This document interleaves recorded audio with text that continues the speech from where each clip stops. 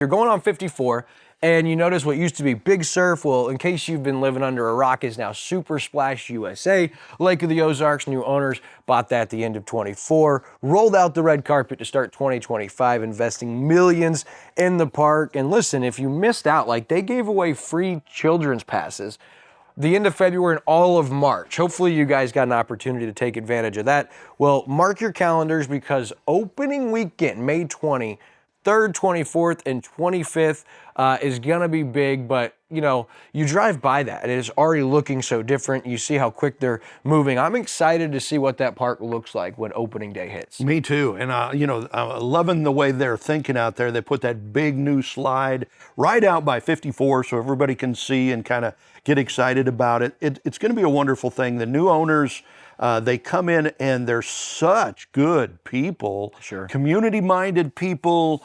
That, you know, just kind of want to come in and be a big part of the community, help out wherever they can, offer passes to groups that can come in there and do things. In fact, I think the guy who's going to be running it is going to be on the Lake TV Community Spotlight show in the next few weeks, Dave Bush, you know, and we'll kind of get his story, where he comes from, why he's here and why Super Splash is here and all that stuff. I'm really looking forward to sitting down and getting to know him better.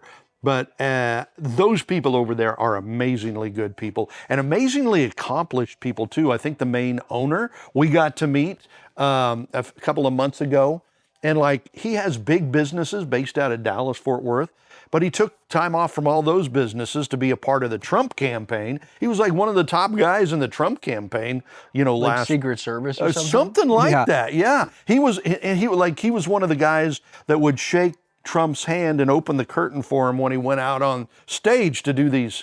So, I mean, they've got some big, very accomplished people that are now kind of running that. And what's cool is you're gonna see some different outside the box ideas at the park this summer. I was talking with their team last week and they said they're looking at like theme days like Comic-Con, where you'll walk around the park and see Marvel characters, Right, yeah. you know, roaming the park for photo opportunities. They were even talking about like a family-friendly beer and bratwurst festival, like at the park, where you get people out and, you know, some cool stuff to think for Father's Day, where they let fathers into the park for free. So cool stuff they're going to be doing year round. We'll keep you posted there.